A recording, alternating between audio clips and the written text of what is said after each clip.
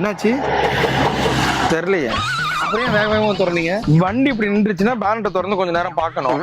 என்ன பார்க்கணுன்றதை நான் சொல்லித்தரேன். ஃபஸ்ட்டு பானட் எப்படி ஓப்பன் பண்ணணுன்றதை பார்த்துடலாம். காமனாக பானட் ரிலீஸ் லாக் வந்துட்டு இங்கே இருக்கும். இதை வந்துட்டு சிங்கிள் ரிலீஸ் பண்ணாலே வந்துட்டு பானட் ஓப்பன் ஆகிடும். சில ஹையர் ப்ரீமியம் எண்ட் கார்ஸுக்கு வந்துட்டு இது $2Xன்னு எழுதியிருப்பாங்க, 2 வாட்டி திறக்கணும். சில ஃபோர்ட் மாடல் வெஹிக்கிள்ஸில் ஆப்போசிட் சைடில் இருக்கும்.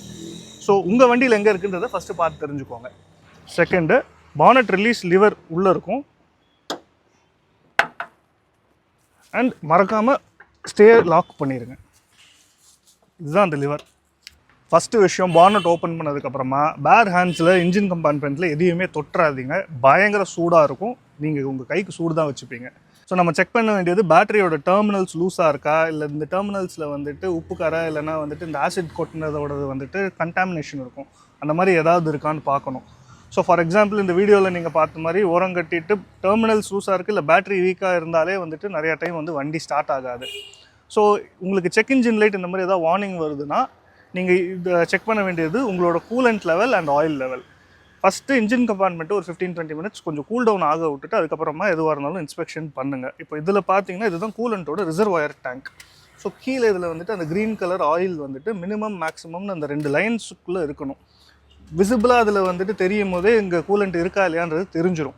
அப்படி கூலண்ட் இல்லாத பட்சத்தில் இந்த ரிசர்வாயர் டேங்கோட கேப்பை மட்டும் ஓப்பன் பண்ணி இதில் நார்மல் வாட்டரை டெம்பரரி பர்பஸஸ்க்காக ஃபில்அப் பண்ணலாம். அப்படி ஃபில் பண்ணும்போதே கூலண்ட் சிஸ்டமில் எங்கேயாவது லீக் இருக்குது, இல்லை வந்துட்டு இன்ஜின் பேல வந்துட்டு வேறு ஏதாவது ஆயில் லீக்கோ இல்லை வந்துட்டு ஸ்ப்ளாஷஸோ இருக்கான்றதை வந்துட்டு நீங்கள் அப்சர்வ் பண்ணாலே இது நம்மளே சரி பண்ணக்கூடிய பிரச்சனையா இல்லைனா மெக்கானிக்கை வர வைக்கணுமான்றதை நீங்கள் முடிவு பண்ணிக்கலாம். ஸோ நெக்ஸ்ட்டு வந்துட்டு ஆயில் டிப்ஸ்டிக். ஸோ எல்லா வண்டியிலையுமே இந்த மாதிரி ஆரஞ்சு எல்லோ இந்த மாதிரி ஒரு கலரில் வந்துட்டு ஒரு டிப்ஸ்டிக் இருக்கும். இதை எடுத்துகிட்டு ஒரு பழைய துணியை வச்சு தொடச்சி இந்த 2 லைனுக்கு நடுவில் ஆயில் இருக்கணும். ஒரு வாட்டி தொடச்சி க்ளீன் பண்ணிவிட்டு இன்சர்ட் பண்ணி வெளியில் எடுத்திங்கன்னா அந்த 2 லைனுக்கு நடுவில் ஆயில் இருக்குன்னா ஆயில் இன்ஜின்குள்ளே இருக்குது.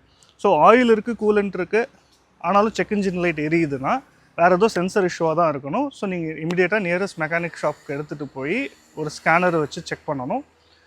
இந்த மாதிரி ஸ்கேனர்ஸ் இருக்கிறது வந்துட்டு ஒரு ப்ராப்பரான சர்வீஸ் சென்டர்ஸில் மட்டும்தான் இருக்கும்.